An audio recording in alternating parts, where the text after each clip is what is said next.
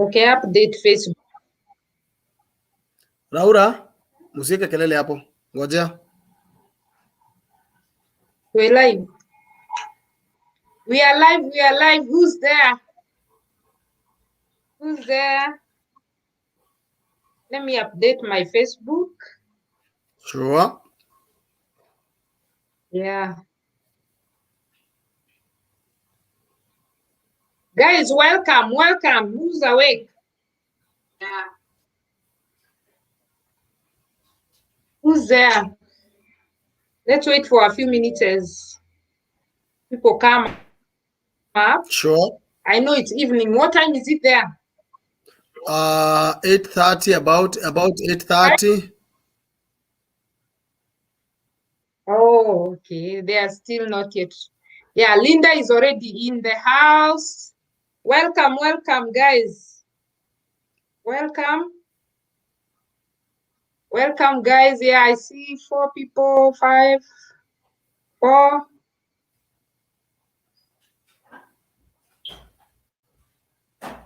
Welcome, guys. Today we have a special guest. Yeah.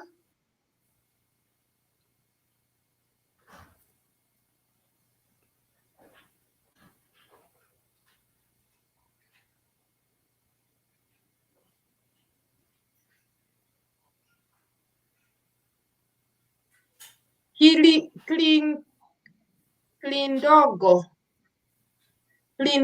Divine, welcome. Linda says I'm here. Rita says I'm here. Perfect timing. Yeah, your perfect timing. We are just starting. So, guys, I think we shall just start. People will come along. So, welcome, guys. For today's live, we have a special guest. And yeah, he's going to be explaining so much, so much questions you guys have been asking about, the Gulf, Middle East. He's based in Kenya. He's going to introduce himself. Yeah.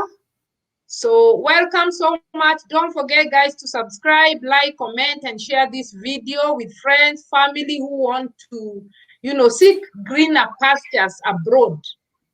Just share, right? So, Mr. David Chairman, karibu sana. Thank you once again. My name is David Njoroge, Director, Talent Quest Africa. Talent Quest Africa is a human resource company, is a recruitment company based in Kenya. It was created in the year 2010.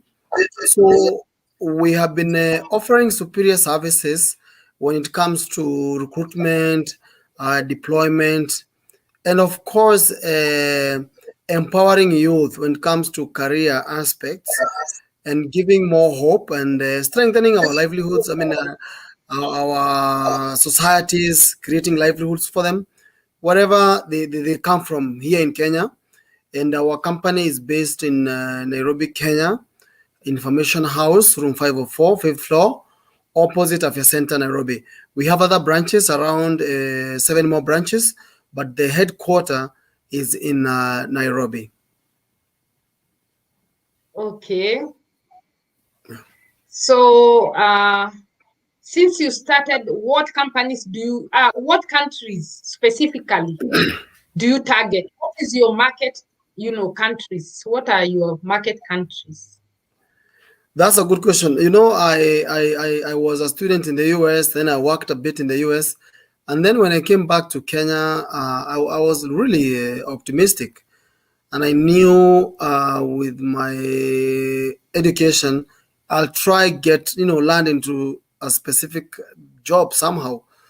But quickly, it turned out that my work was to look for work. And I sat down, and after many months, I thought, how many more youths are in my basket? I mean, how many are we in this boat looking for a job every day? So I thought, let me start a company that will try to secure jobs. And at that time, I remember 2010, Dubai was hot that time. Dubai was hot, Afghanistan, Iraq, those days. Now we almost see as if Dubai is some sort of saturated. It is almost reaching saturation point because, of course, the economy is not growing as fast like those days, and you find that out that most nationalities now are landing in Dubai. And there was one phenomenon that happened. Dubai allowed visit visas to come in because most of these countries in the world actually, you cannot secure work through visit visas. But Dubai, today they have visit visas. So you'll find all nationalities, be it be Kenyans, be it be Indians or Chinese or guys from South Africa. I mean, everybody's going out there. So you find the opportunities that we used to get those days, nowadays they are very limited. They are very limited. That's why, as a country, also we should try to open up more countries. Uh, right now, we have several countries that we work together. It's a bit sad to say. A few years back, we used to have countries like Jordan, Lebanon, Bahrain, Oman, Kuwait, Iraq, and Afghanistan. We used to send guys there, and most guys from Kenya have very good memories. I mean, vivid memories for Iraq, Afghanistan, Kuwait, Bahrain. But now, for whatever reason, those countries seems like they have gone slow. They are not issuing visas for Kenyans for whatever reason that they might have. But I still believe there is still room to talk to them so that they open up these countries. Remember, due to this pandemic, we have had serious challenges when it comes to youth unemployment across the board. I mean, all countries. But the most hard hit is developing world, especially now the sub-Saharan African countries, Kenya being part of them. So we believe going forward, we will need to engage the traditional labor markets that we had. Also, we will be forced now to look for other untraditional markets.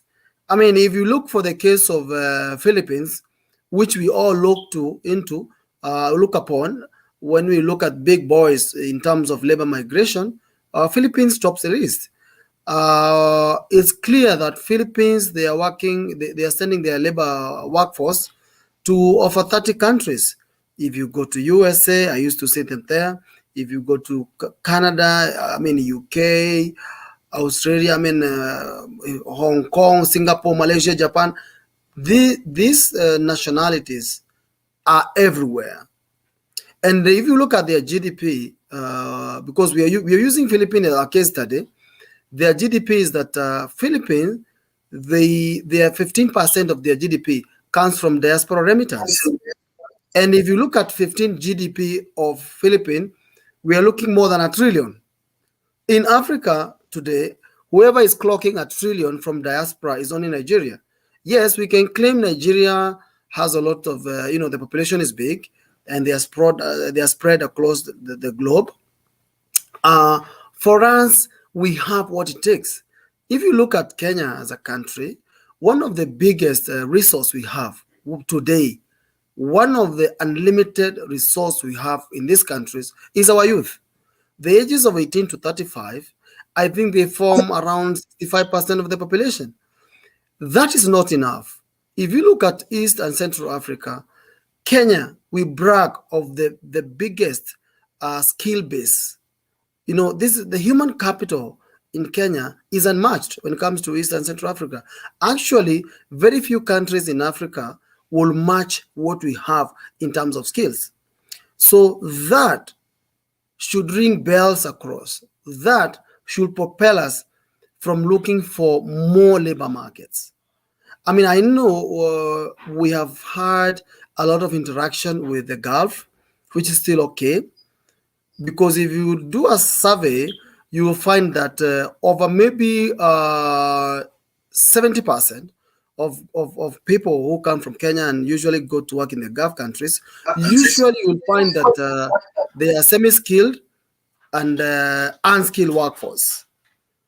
But developed countries, let's say Hong Kong, Malaysia, the Europes, Americas, Canada, they are ready to take our skilled workforce, which for the last 15 years, that base has really bulged. It's always been bulging because of the many tertiary institutions that we have now, many universities. If you look at the rise of TVETs in this country, TVETs are doing so well.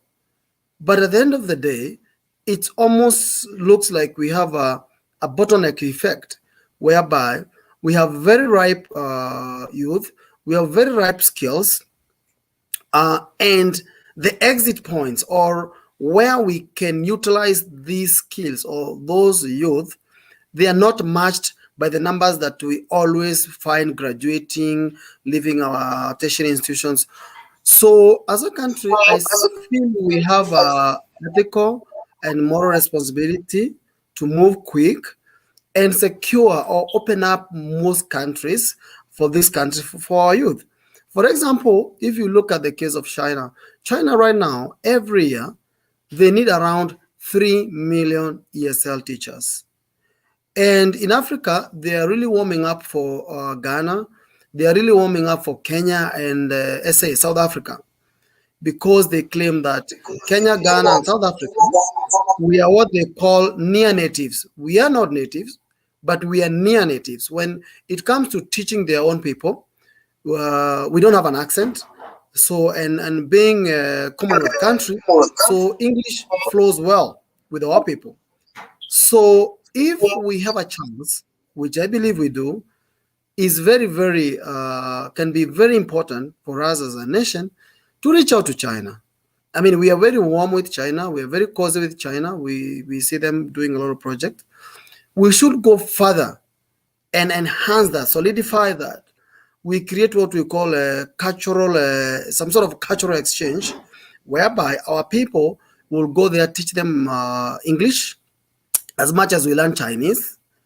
Also, we would like them to come here to learn English, Swahili. That way, ultimately, after many years, we'll have interacted with that community because we know them, they are looking into Africa in so many aspects.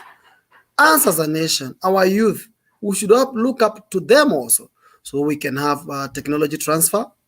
You know, the industries are doing very well. Apart from the technology transfer that we can easily acquire from China, we can also get much needed remittance. That's just one.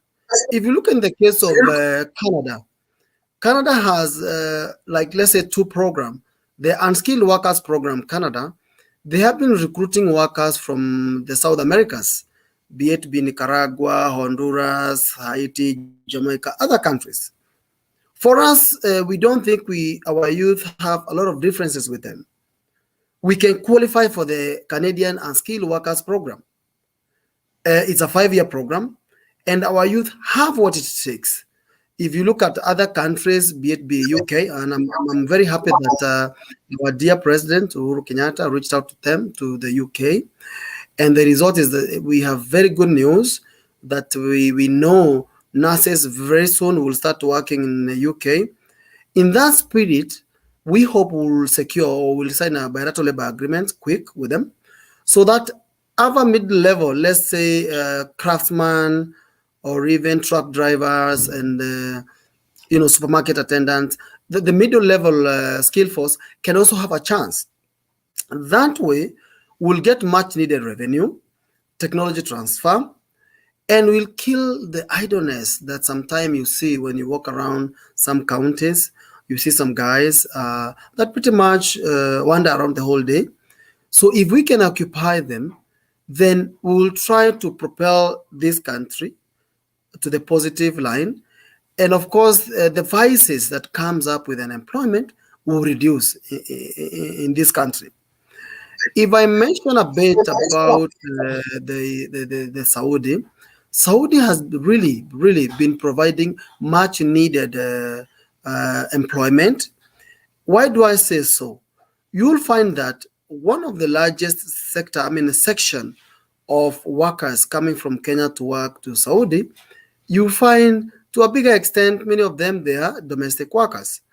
The domestic workforce already in Kenya, they might not qualify for any meaningful career or job or employment. Why?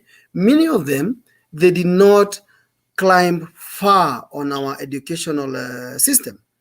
You'll find many of them, maybe they drop from high school or they drop from primary school. Some of them have kids. I mean, there are people who are already challenged economically.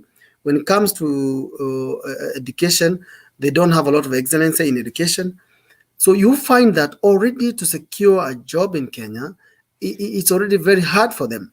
I mean, if somebody who has a degree here in Kenya, sometimes they find it hard to look for a job and to secure for a job. You can imagine for that lady who dropped in class 6, class 5.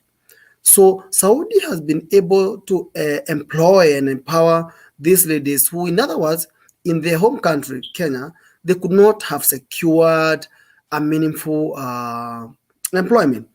We can say that, oh, they can be employed as domestic on household jobs in Kenya, but we all know, I mean, the amount of money they get, maybe from 6,000 to 10,000, majority of them. So in this country currently, I mean, if you're earning 8,000, you cannot see really for sure you have a career. I mean, you have an employment. That is just to take you through, just that's to let you get by. So for many years, Saudi has been really offering those jobs. We know also when it comes to men, there is big companies like Marai and the rest who have employed thousands actually of Kenyan men. There is only some noise or concern from a sector, I mean, from some domestic workers. And what I can say about that is that labor migration industry is a young industry in Kenya. It has its fair share of challenges. And every day, I mean, every day, every season, the government is really working hard to level the ground.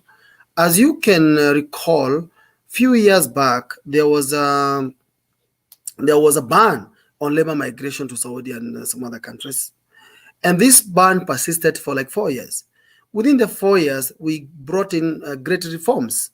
For example, we were able to vet the agencies. We were able to come up with a National Employment Authority, which is doing a wonderful job. We were able to come up with a training program, pre-departure training program for all the domestic workers. Also, we were able to sign bilateral labor agreements with Saudi and other countries. So we have made a lot of strides towards having a level field working environment out there.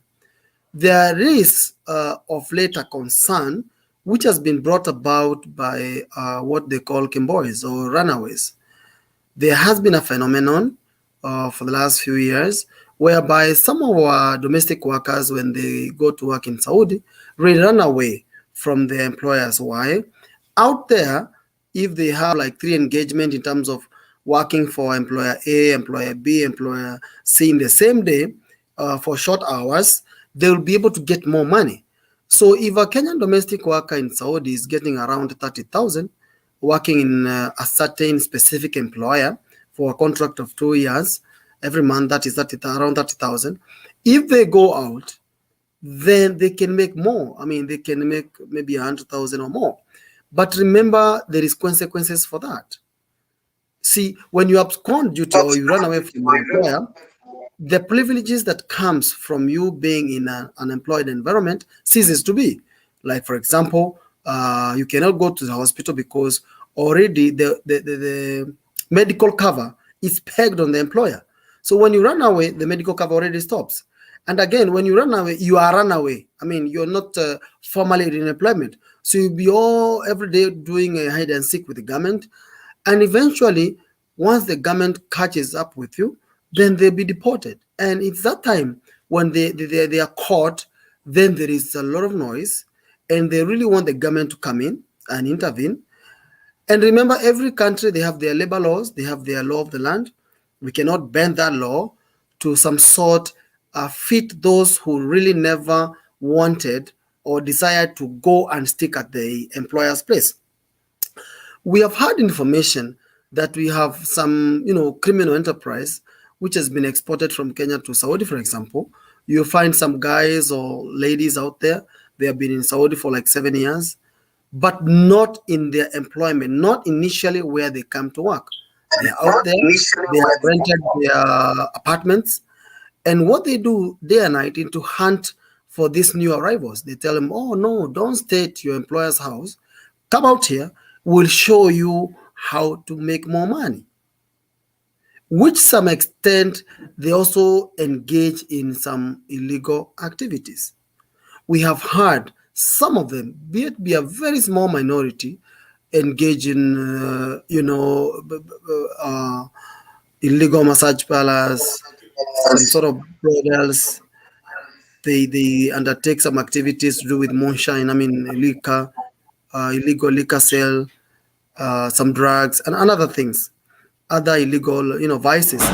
So the government of that country is not asleep. So when they catch up with some of these people, then the noise starts there.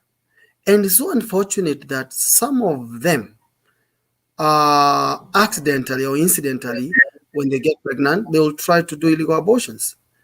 And that's where most of the deaths that have been reported has been coming from, illegal abortions, because they cannot go to the hospital, a regular hospital. There is no issues of contraceptive in that country. And it's amazing that the other time we saw some of Kenyan domestic workers coming back to the country in Kenya with kids. And in the first place, they never left here with kids.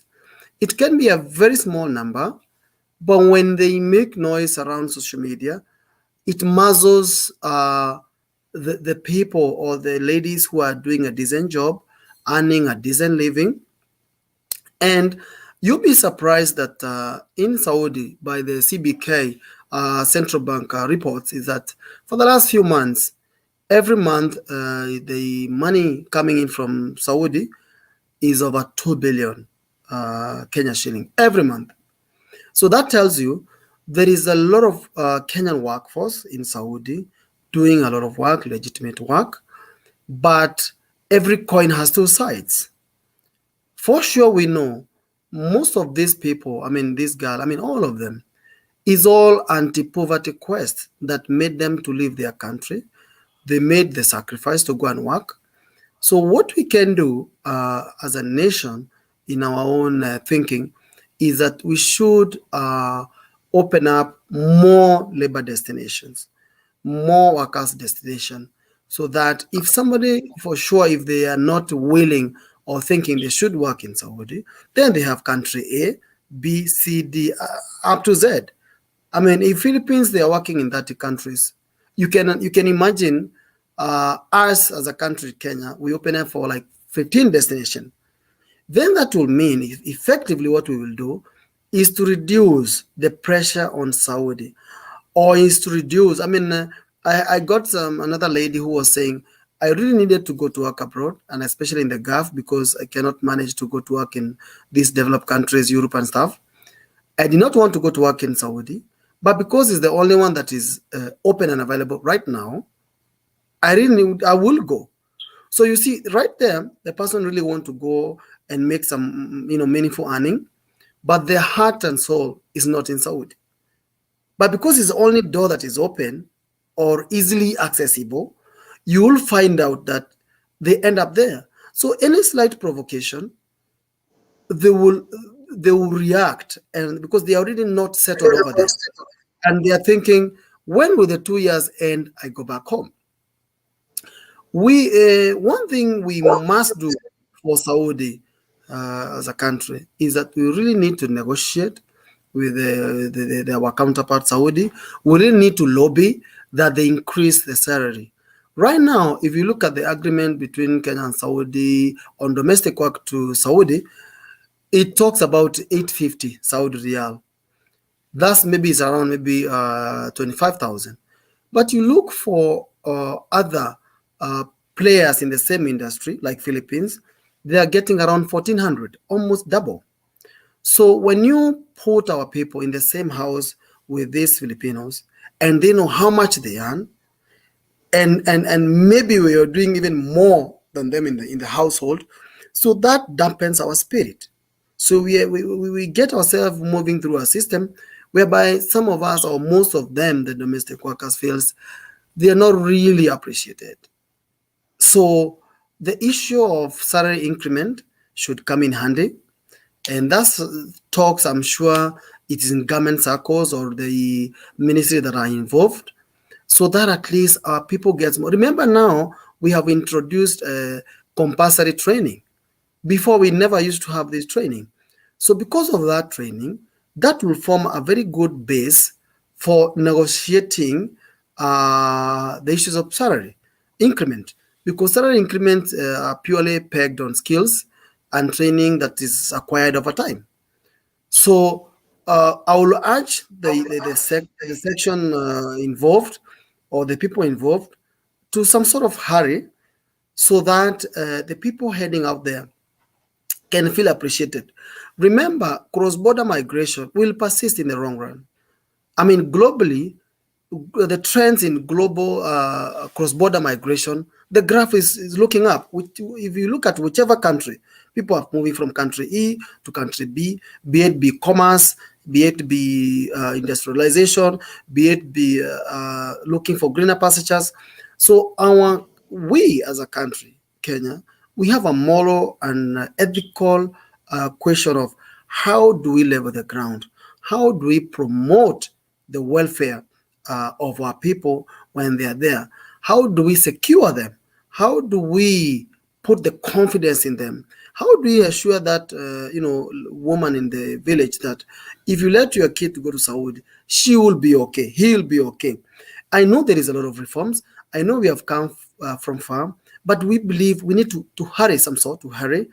There is a tax force report 2015 with the Ministry of Labor. It have a lot of good things.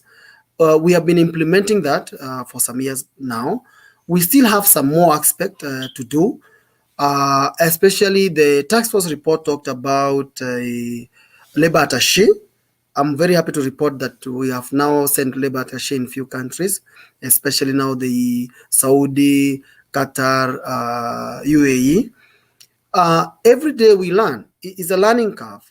And this far we have learned that the one labor attaché that we have in Saudi, she or he might not be effective enough as we expected. Remember, Saudi is big. Saudi is like, East Africa together. So if possible, where possible, we will urge the required entities to send more labor attachés, and especially to the 6 major countries.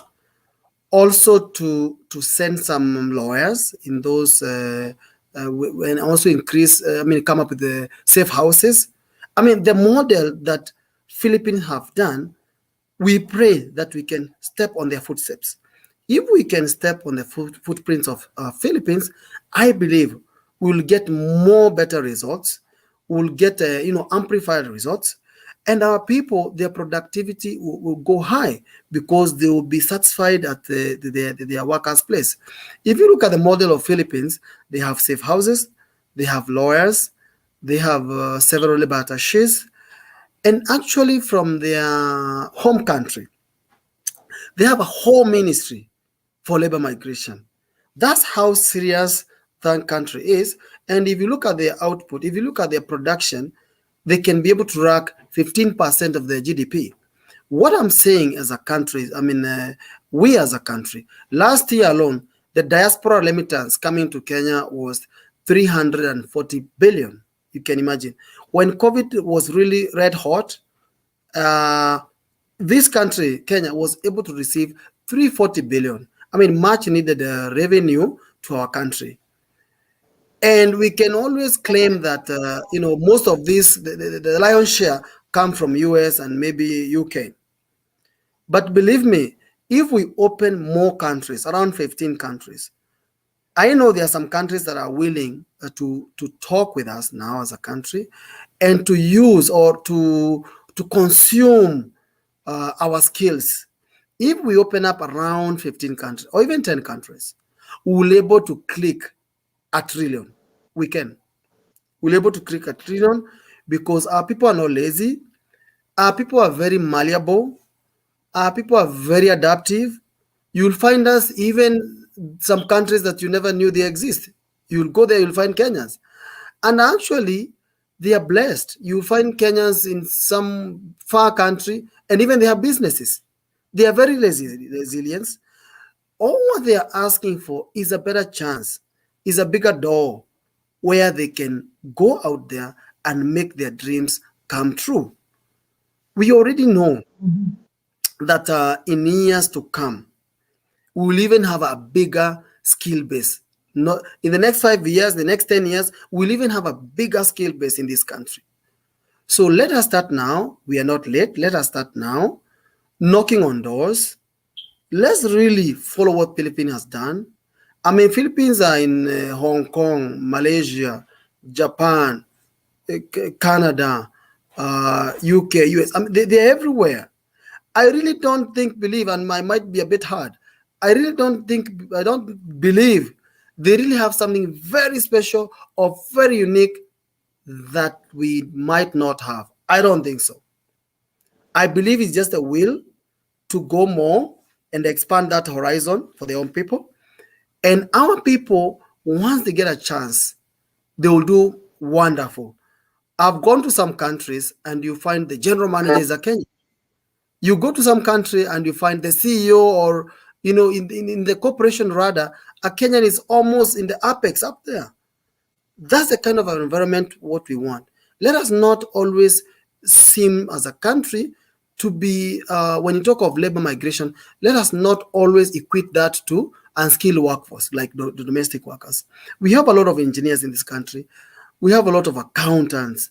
I mean, every career that you might think, even some career that you never thought they existed, they are here. And some of these, they are ready to consume this skill. So what I will urge our government and all the industry players is that let's create a new frontier, like the way Chinese did many years ago. They opened their doors to the world. And at this time, you can see the Chinese now are smiling. So if we do it right now, we go hard, we open up our interaction with more countries, we'll enhance our technology transfer, we'll have much needed revenue coming in, we will dilute this chronic desperation that is setting in among our youth. I mean, this rampant drinking, even drugs. I mean, if these boys are occupied, I'm also happy that an industry like boda industry is really occupying these youth. You can imagine, an industry that just came the other day employing over 1 million. It's huge. So if we have another industry that can take another 2 million, out of idleness and give them a meaningful occupation and earning, a source to earn, then in this country we'll be pulling together instead of having many dependents waiting for just few people to do this. And if we come together at the very end, we will say, as a nation, we are heading in the right direction in terms of offering jobs. I know world over, the economy is the biggest employer world over. And this COVID environment has really terrorized economies.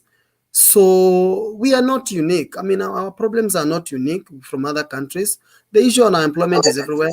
But because we have a serious skill base, we can easily have a serious negotiation base. We have a serious negotiation base when it comes to skills. I don't believe there is a country that might want to consume some skills here and they lack. I mean, if our people are working in Afghanistan, if our people are working in Kuwait, everywhere, I mean, Iraq, you'll go even now that you're in Canada, I'm sure you have very good testimonies of some of our Kenyans working in very big corporations, even in the US. So across, I mean, unskilled, semi-skilled, skilled, and even highly skilled, we have what it takes here for our people to represent Kenya all over the world and earn a much needed income. Yes, that's very true. Actually, we have some people here who are in Iraq, like Akode. Akode is here. She's in Iraq. We have Madidis is in Saudi Arabia. These are some of my subscribers. I already know them. And Actually, yesterday we had a live together and they were explaining, their experience in Saudi Arabia. Madidis, we actually spoke to her boss. The live is on my YouTube. So she was explaining all about life in Saudi. It depends. You can get a good employer and a bad employer. And then Akode was telling us about life in Iraq. She's in Iraq. She's doing nurse there. So yeah, this is very much needed to expand because the youth are ready to work. They are actually ready to work. They Yeah. want to go out there, they work. We were Sure. talking to people yesterday who are in Dubai. Yeah, we were talking to Isa who is in Dubai. So many people who are in Dubai and Qatar, they were there yesterday. We had a wonderful discussion, and we can see that people are really looking forward to work. They really want to improve their lives.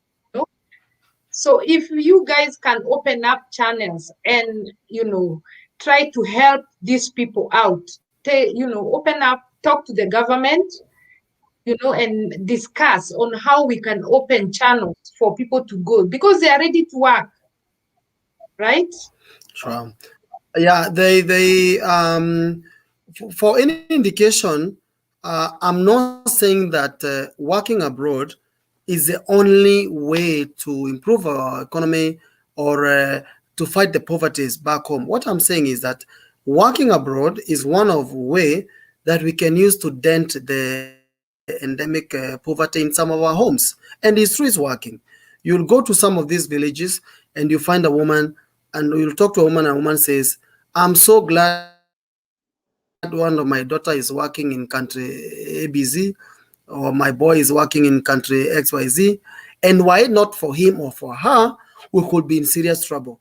Some of these homes, if we receive only 10,000 a month or even 5,000 a month, it goes a long way.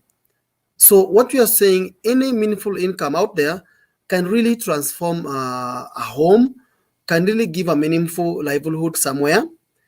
And our people are ready, as you said, our people are ready. And even when it comes to issues of for like Saudi, we have seen some ladies and some boys who have done very well. We have seen some boys who have come back and bought a lot of border borders.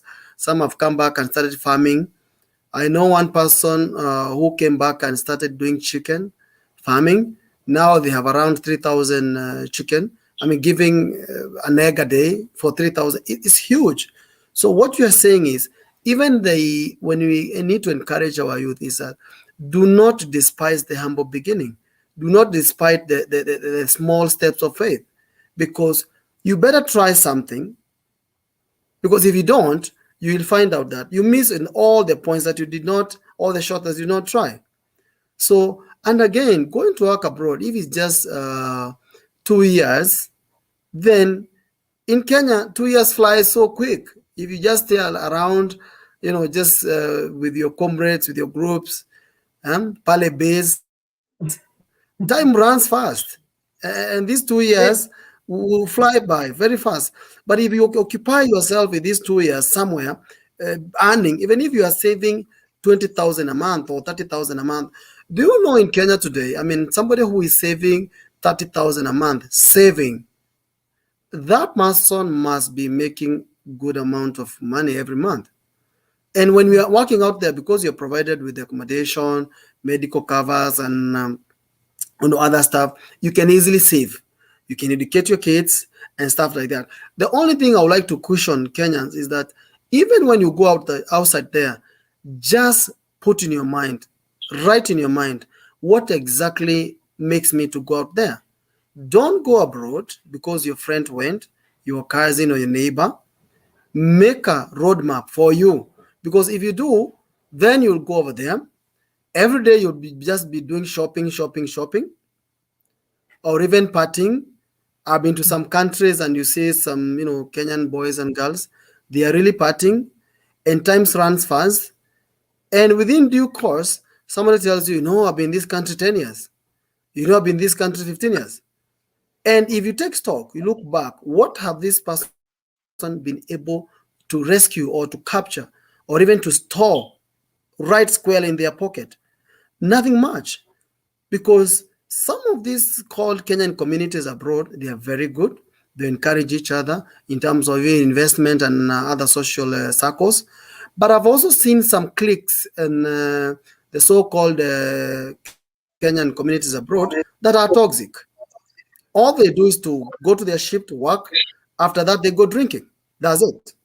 So, and when you're out there, life must look a bit easy, a bit cheap, a bit manageable. But after 15 years, after 20 years, when you're tired and you want to come back to Kenya, you realize that the problem that you left back is still there waiting for you. Eye open. So, and again, I've seen some people, they go out there and everybody's calling them for money, or the parents are calling for money, the next of kin, the friends, the girlfriends. I mean, everybody is calling for money. So if you dish out all this money, after so many years or after many months, when you come back, nobody will remember that you are sending them money. They will ask you squarely, why did you come back without money? So it calls for serious discipline when you're working abroad to save. And the word saving sounds so easy to say. But when we're out there, things are so glamorous, things are so shiny, and then the floor is so slippery. And even that's why you have found even some of our people in some of these countries, they're in jail. Because before they left this country, they never knew exactly. They never wrote in their heart, they never wrote in their mind, like in stones, what am I going to this country to do? And some of these people also, when they go out, they tend to want a lot of freedoms, and every freedom have some limitations. So let us know our space when you're out there. I know some guys were, in trouble because of drunk driving.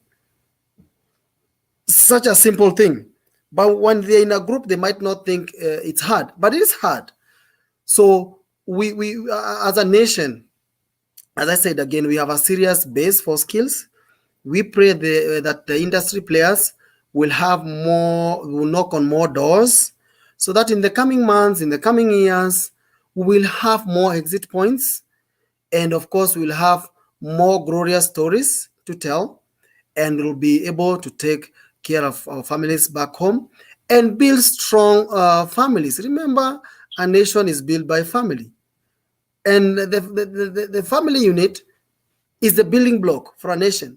So if you have this boy who is really chronically hopeless, this girl who is hopeless, even the boys, they get scared to marry, because if you marry somebody's daughter, how will you start a life? You don't have even a job. And even the girls also, in some cases, they are getting wary of being to get married, because they know this boy does not have a job. So first, and again, the happiness of any parent in this country, in the happiness of any parent in the world, is to see that their kids is up and running. Actually, some of these parents, they don't even want their kids to give them money. All they want is their kids to be happy, all their kids to manage their life. And once you listen to some of these parents, you hear that every time. I just want mtoto wangu ajisimamie. So let us create more chances for our people, and I'm sure very soon we'll be having a more coherent society. Once we create these jobs, we'll seal the cracks in our society, in our social fabric that is really swallowing our young people. Yes, yes. I can see also Michelle is here. She's also in Saudi. Michelle, she's also in Saudi. Johnson in Qatar. We have so many Kenyans who are out there, trying to make amends. And I have another question. I wanted to ask a question. Are you guys still taking people to Qatar, Yes. or you're still taking people to Qatar? Yes. We are doing Qatar and also UAE, that is Dubai and stuff. But right now, these countries, as you know, across the globe, the countries are not really open because of the pandemic. So the economies are opening slowly. So we are having less chances like we used to, not like we used to have before COVID. But I know with time, as with this COVID subsides, we'll have more companies opening up, more companies resuming. So if somebody wants to come to Talent Quest Africa and apply for a job, number one, they should be largely between the ages of 18 to 40. That's number one. Number two, they should have their passports. Number three, they should have a good conduct. And of course, their CV and any academic paper that they might have. I'll say something about attending interviews. I have seen some people coming to some, job seekers coming to interview spaces when they are not ready. They should know that interviews is a serious engagement, because one time we had an employer who was rejecting, like, in every 15 people, he could take two.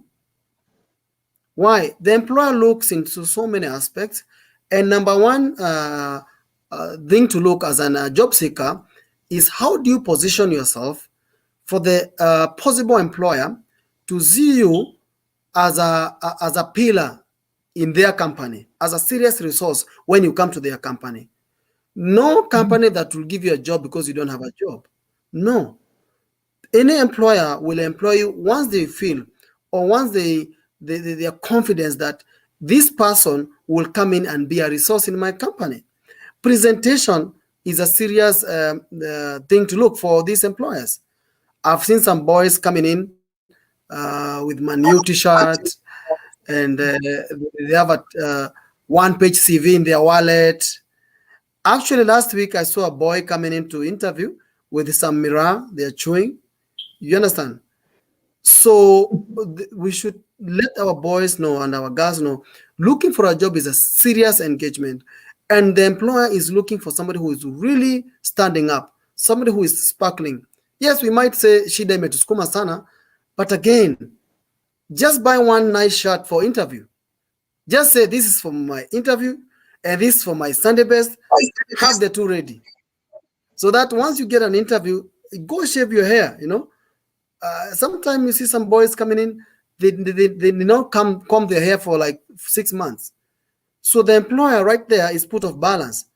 The employer can see you have the right skills on your paper, but when they look at you, they're a bit scared because they knew the work ethics or of the level of civility that they need in their workplace is high.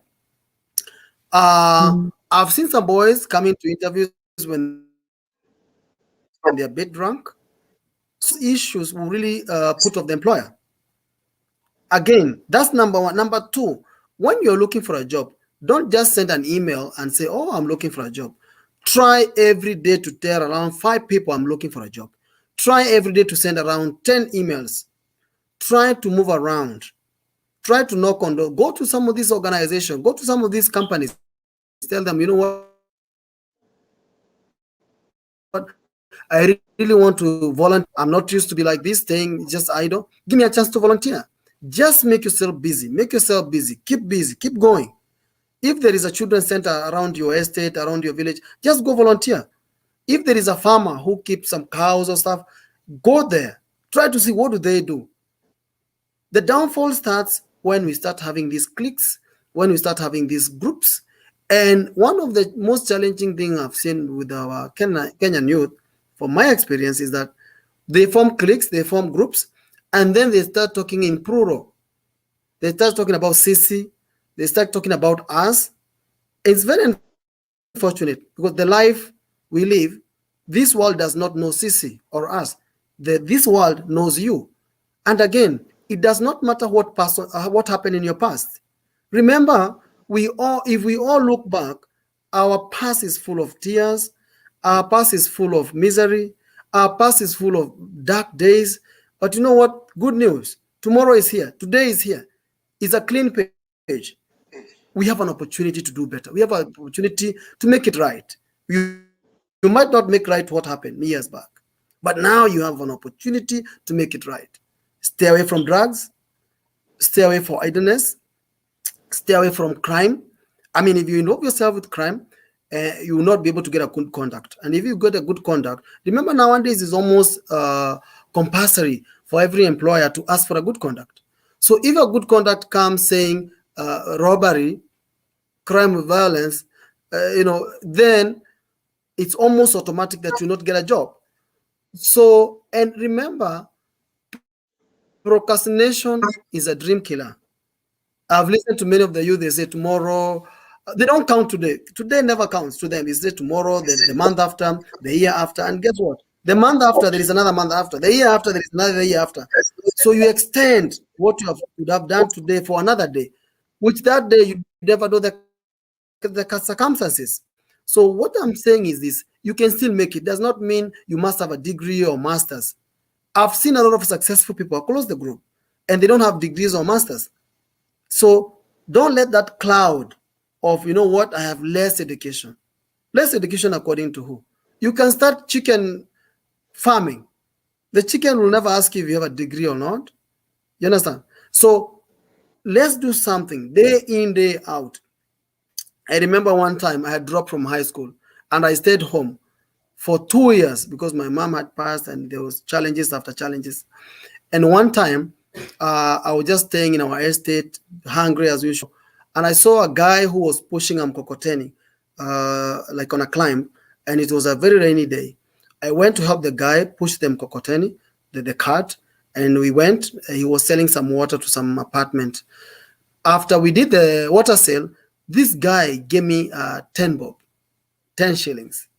And I remember running and I bought some chapati and and madondo, what you call, chapati and beans. And I was very happy. But then I sat down and I thought, if I was just sitting, if I never went to help that guy push that cart, would I have gotten the 10 shillings?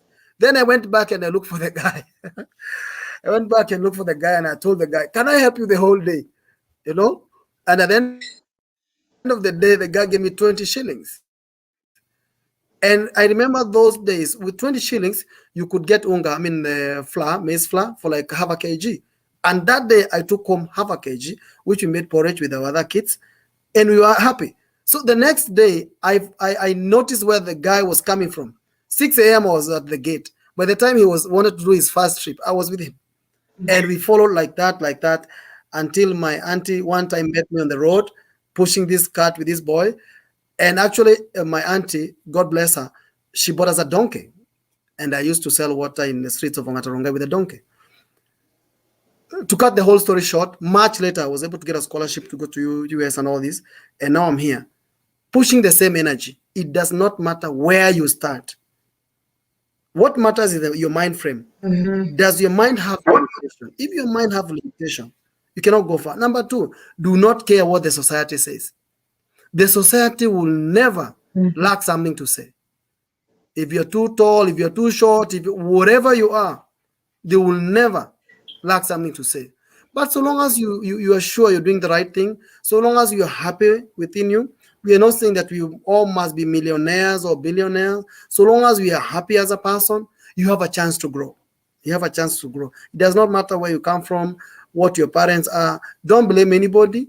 Just say, you know what? God, give me the strength and the energy and the brilliance to move forward, because everybody is talented in their own special way. Whatever that is, everybody is talented.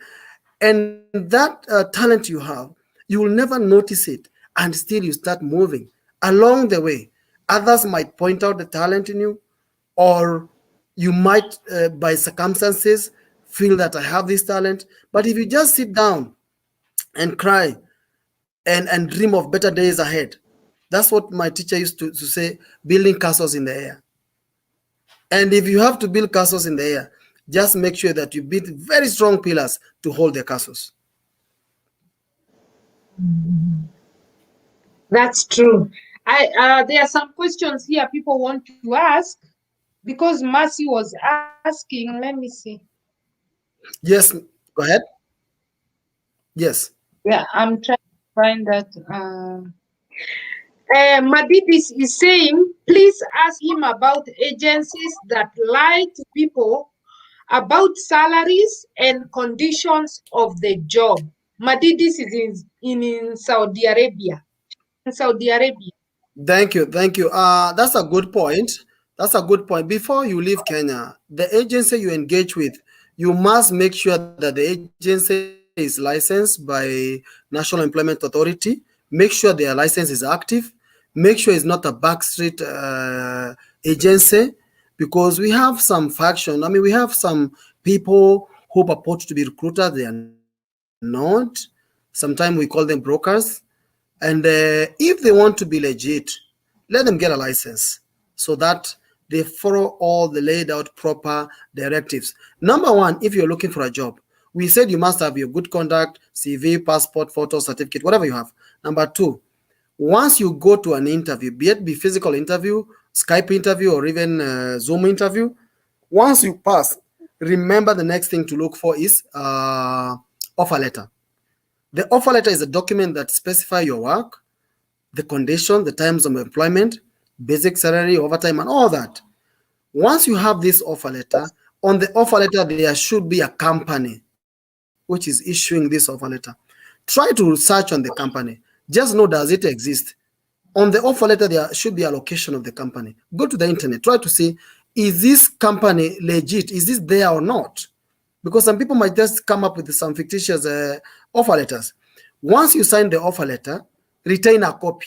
I'll repeat, once you sign an offer letter, retain a copy, either through a photograph or whatever. Just retain a copy.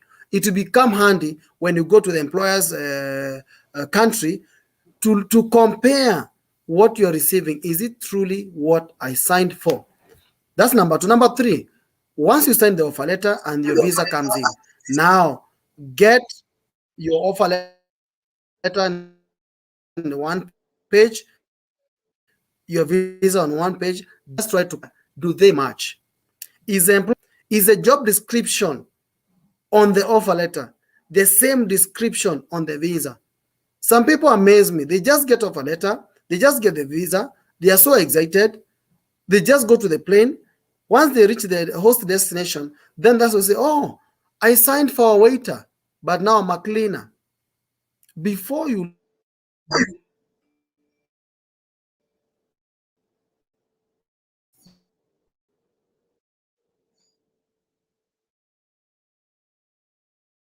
make sure you sign anything that is in a language that you cannot understand. Don't say, oh, they Seems made like me sign his something network written is in Arabic. gone. No. You can hear me? You can hear me now? So, guys, we are You talking can hear me Talent now? Quest Africa. Yes, now we can hear you. We can hear You you. can hear me. Okay. Thank you. What I was saying is, retain a copy of your offer letter. Also, compare the offer letter with the visa that you have. Make sure all the details are matching. The name of the company, the job offered, the location, the salary, and also the destination. Don't sign something for Qatar, then you say, oh, I ended up in Lebanon. No. Look for destination, the job location, the description, the amount to be paid, and all that. Also, be attentive. Does the offer letter says food included or food excluded? You see, because some of the offer letter will give a basic pay and another amount for food.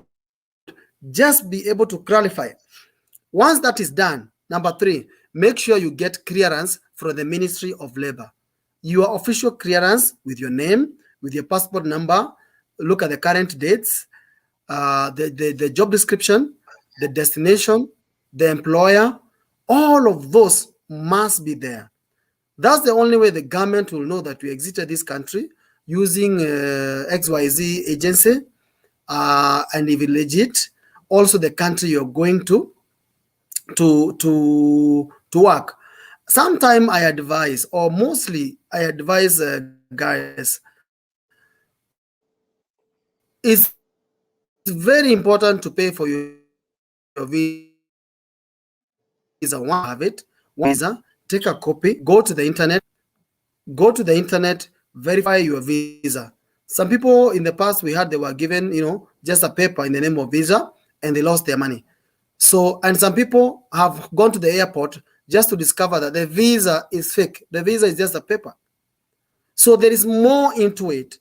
And if you find somebody insisting that the red flags that, oh, let's meet in the airport, I give you your papers there, or let's meet in a hotel, those are some of the red flags that comes along. And sometimes, if you find the offer letter have some ridiculous high salary, somebody tells you you'll be a cleaner, but you'll be earning 150,000. So that's another red flag, because you should be knowing what is my limit. I mean, you don't expect when you're a cleaner, you'll be getting around 200,000. You understand? So those are some of the indicators that you should check. Also, when you're abroad there, do's and don'ts: don't fight, don't drink, don't steal. Uh, some countries will not allow clubbing. We Kenyans, we like to work hard and party hard, but some countries might have some reservation on that. What else? Uh, and I've seen some people saying, how can I stay all these years, 2 years there without my spouse? That's a question that you need to handle as a person. We cannot dictate to you, because ultimately 2 years living in a foreign country is a sacrifice. Remember, you have left your kids, family, friends, colleagues, the people that you are very comfortable with. So going to another country always it's a sacrifice. Remember to tell your parents where you are going. Don't tell them, oh, I'm going to Dubai, and you're going to Saudi. If you're going to Saudi, just tell them you're going to Saudi. You're over 18, you can make a decision. Huh? Don't tell your husband, I'm going to see my sister in Mombasa, and then you go out there. And then your husband, once he noticed that he knows that you went out through a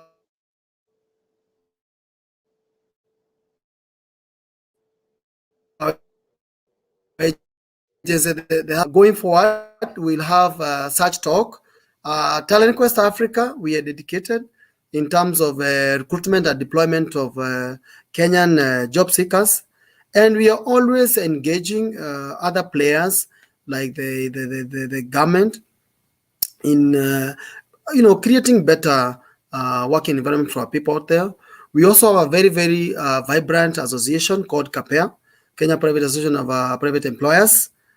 And very soon we are coming up with new things because we have noticed that this time round we are more people wanting to go abroad because of this pandemic.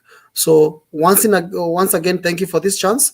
And once we have a chance, we'll be communicating, because as you say, Cynthia, knowledge is power. And I hope today I've shown a speck of light, One more for our question. people. Yes. One more question, What? because Rita is saying, David, I saw Poland on the Talent Quest billboard upper Nairobi. Are you taking people to the European too? Now, what happened is that before COVID, yes. Before COVID, we have secured contracts for Poland, actual documents, we have them. But by the time we received this contract, within a month, COVID came in. So we have been talking with the employer, some employers in Poland, some employers in Canada, and also some employers in UK. And the song is the same, COVID. So we hope once the COVID is out, people will be able to go there. I'm also very happy to report that the government is doing something very, very urgent, very serious, on signing official bilateral labor agreements with Finland, Poland, UK, and Canada. Those four, I know they are cooking, and those four, by grace of God, before the end of the year, they will be signed. So I know next year, if this COVID subsides, if you wish to work in Poland, Finland, UK, and even Canada, there is a high chance that we will go there, because the government is really, really geared towards this, because it's only fair that we can also work there, because other nationalities are working there, and we also believe we have what it takes to work in those countries. Oh, that's very good news, actually, because everybody is asking about, Poland, about Canada, about US, So that will be a very good news, very good news. So there's someone, Rashida, I'm from Uganda. Do I also have a chance to use your company? They are from Uganda, so how can they? Is it possible to use Talent Quest Africa? Yeah, I will give our email. Sometime we do get requests for Uganda and some other countries. Once in a while, once we get such, we will always keep them in the loop. I've sent our email. They can just send their CVs free, in anticipation that once we get an employer that is ready to take guys from those nationalities, we'll be able to consider them. The most important thing is make sure that you have your documents in order, your CV, passport, police clearance, and all that, so that if because we all some of our employers, they tell us, David, can you go recruit in Uganda? David, can you recruit in Ghana and all these other countries? So it does not happen every day, but if such chance comes up, of course, they will be able to network with them. We use the local agencies back there, and sometimes we'll advertise.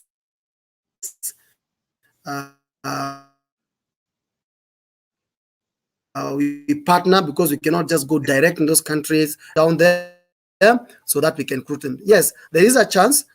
It's not so often, but there is a chance. Oh, okay. So I'm working in Saudi, I should but say, started the. yes. Go Roba ahead, go is ahead. saying, yeah, Roba is saying they are Yes. working. I'm working in Saudi, but started in the early booking in Poland. So how much does Uh, it cost to be taken to Poland as a factory worker? right now, without the BLAs, without the bilateral labor agreement, is a very expensive. Actually, that was to be our first group before COVID came in. But I'm sure with the input of government, and when these BLA, bilateral labor agreements, are signed, it will be so cheap. I mean, it should be so easy as the way we go to Saudi, the way we go to Qatar and Dubai, is because we have a bilateral labor agreement. And this time, our government is really pushing this thing. I know the Senate committee in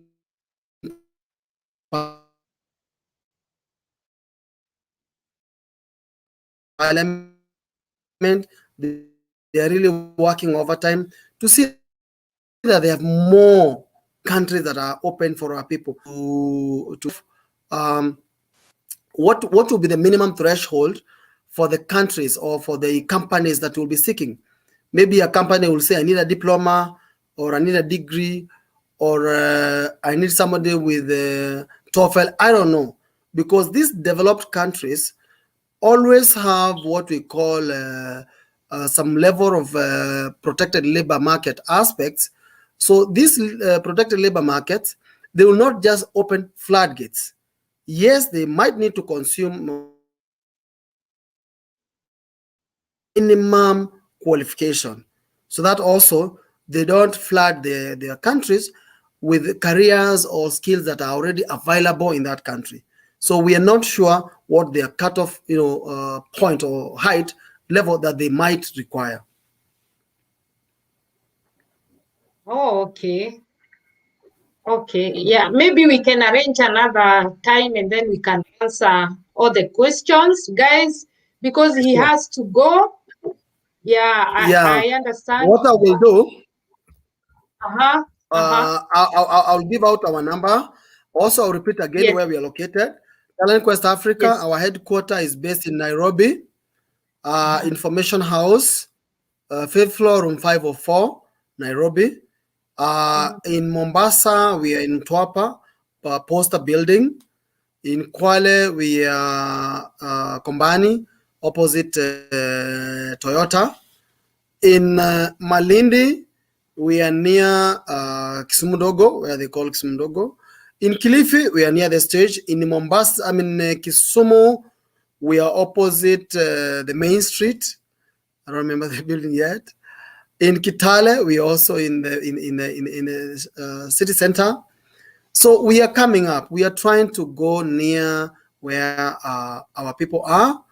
And of course, just to mention, I almost forgot, we have secured 1,000 jobs for drivers for free. 1,000 jobs for drivers for free for Saudi. The employer will be here in 3 weeks, and we are looking for 1,000 drivers for free. Last week, we were in Mombasa, Tononoka ground, and in Nairobi, Uhuru Park the other day. We were able to secure around 500 drivers. But because of the turnout and the level of the skills our drivers have, the employer was really impressed. And the employer said they will not go to some Asian countries or some West African countries to get the workers. They will now get here from Kenya. We have secured the contract for 1,000 drivers. It is free. What you need for men, for a transport company in Saudi, what you need is your driver's license, good conduct, passport, and CV. Driver's license, passport, good conduct, and CV. The age is 21 to 40 men. There is only a small disclaimer. You should or you must know how to drive a manual car, because the company uses vans and canters to deliver goods, the milk products and all kind of products.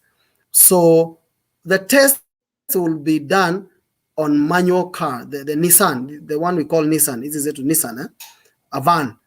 So if for sure every day you've been used to auto, you have the next 2 weeks to perfect your art in driving manual car. And it's free. So long as you have your driver's license, good conduct, passport. The first date at Uhuru Park, we already talked to the city of Nairobi, NMS. They are very supportive. Also, we have talked to the Mombasa county. They will let us use the Tononoka ground. We are always very cautious to observe COVID rules, because we know we are in not easy time with this COVID. And we also pray that you remain safe so that we build this nation together. So tell a friend to tell a friend. Yes, and then the other thing, I think you send me the details for the offices, the numbers, so that I pin them under the comment section, so that whoever Exactly. yeah, if you need to communicate with you, they will communicate with you directly. So kuna mtu alikuwa anauliza about what about mtu akiwa 45 years and above? Someone was asking, is there anything for them? 45 years? What we do, we have had some packaging work, company packagers to package and to work in the processing company environment. Last week, we even took from some guys who are 43 years old, 44, because they are very experienced in other sectors, in other industries. So we felt that those are guys who have been working in some companies and industries. So we still took them, but the majority, like 98%, will take 21 years to 40 years. Okay. Yeah. And somebody must know a bit of English. Oh, yeah. No, Kenyans, we are good in English. That's, yeah.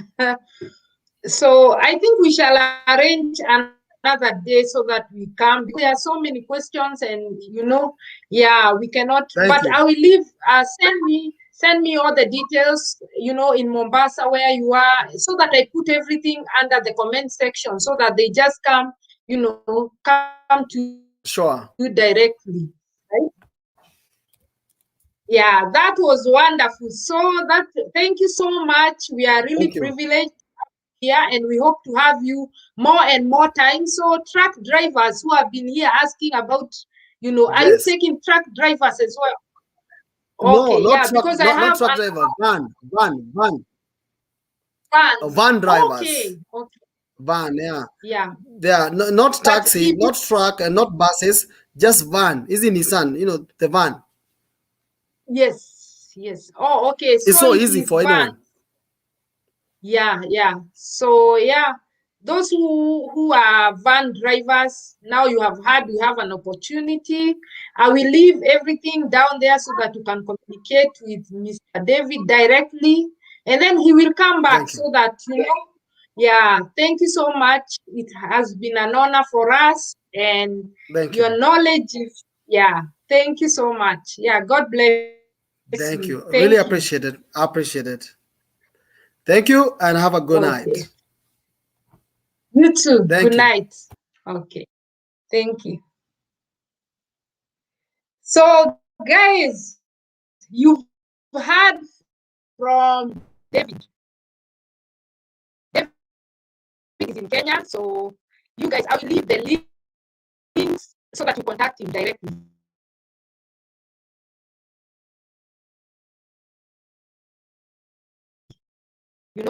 When we have such people, at least we have, some hope. And now that he's talking about Poland, he does Qatar. So we are privileged to have such people coming to our lives so that they can give us more and more opportunities, right? Hey, good night. Good night. So yeah, thank you. That is all I have for today. I will leave the links and the numbers down there so that you guys can contact him. And then yeah, I'll keep working overtime for you. I really want the best for us. We are a family and we need to want the best for each other, right? And soon I'm really looking forward to some people in Canada so that we can do like here and encourage others as we all come. I know we shall all come to Canada finally, right? So thank you so much for your support. Don't forget, if you haven't subscribed, please subscribe, share, right? Share with put your let me know what's going on. Let me know where we are. And we shall keep our date for Sunday. Sunday was very beautiful. Yeah. So see you guys and God bless you.